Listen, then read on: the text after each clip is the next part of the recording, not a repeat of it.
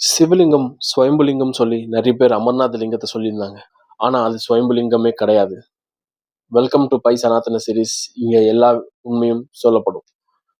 நம்போ next episode question பார்த்தீங்கன்னா, அமர்நாத் லிங்கம் யார் உருவாக்குனாங்க? எதுக்காக உருவாக்குனாங்க? கடல் மட்டத்துல இருந்து 4000 மீட்டர் ஹைட் மேல ஒரு சிவன் கோயில் இருக்கு. அதுதான் அமர்நாத் ஜோதிர்லிங்கம். அந்த ஜோதிர்லிங்கம் நேச்சுரலா வந்ததா?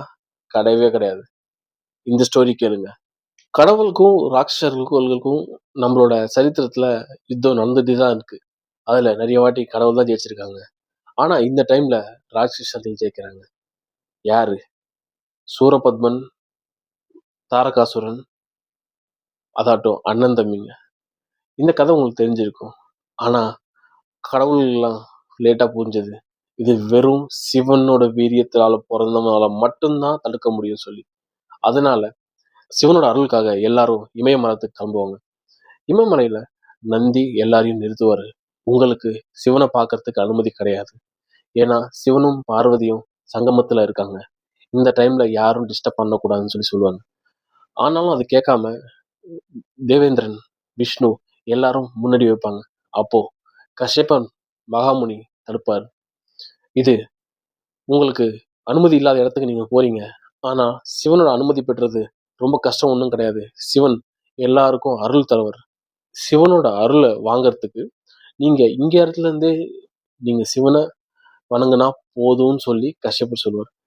உடனடியா எல்லா கடவுள் தேவேந்திரனும், விஷ்ணு, பிரம்மா இதாட்டும் எல்லா கடவுளும் உடனடியா ஒரு லிங்கத்தை ரெடி பண்ணுவாங்க. எங்க? இமயமலையில.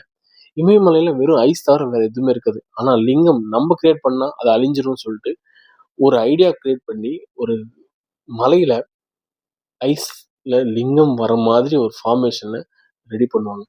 அந்த லிங்கத்தை வணங்க ஆரம்பிப்பாங்க. லிங்கத்தை வணங்குறது மட்டும் கிடையாது, அந்த லிங்கம் இப்போ ஜோதிர்லிங்கமா ஆயிருக்கு. இது யாரால கிரியேட் பண்ணாங்க? நம்ம வணங்குற தேவேந்திரன், விஷ்ணு இதாட்டும் விதவிதமான கடவுள்களால கிரியேட் பண்ண ஒரு ஜோதிர்லிங்கம். ஆமா, கடைசியா சிவன் வந்தாரு. சிவன் சொன்னாரு, நீங்க எதிர்பார்க்கிற டைம் வந்துருச்சு. ஆனா இது எங்களால மட்டும் முடியாது, உங்களோட சப்போர்ட்டும் வேணும்னு சொல்லிதான் அதுக்கப்புறமா உங்களுக்கு தெரிஞ்சிருக்கும் முருகர் பொறுப்பாரு, இதெல்லாம் நடக்கும் சொல்லி. ஸோ ஃபைனலா இந்த எபிசோட ஆன்சர் பார்த்தீங்கன்னா, சிவன் லிங்கம் அமர்நாத்ல எப்படி வந்தது? நம்ம கடவுள்களால உருவாக்கப்பட்ட ஒரு லிங்கம். அடுத்த எபிசோட்ல சிவன் ஏன் லிங்க ஒரு ரூபத்துல இருப்பாரு? எல்லா கடவுளுக்கும் கையும் காலும் தலையும் உடம்புலாம் இருக்கும். ஆனா ஏன் சிவனுக்கு மட்டும் வெறும் லிங்கம்? டவுட் வந்ததா? ஆமா. இந்த டவுட் கிளியர் பண்ணணும்னா தெரிஞ்சா கமெண்ட் பண்ணுங்க. தெரிஞ்சுக்கணும்னா சப்ஸ்கிரைப் பண்ணுங்க. என் பேர் director star. All my content shines like star.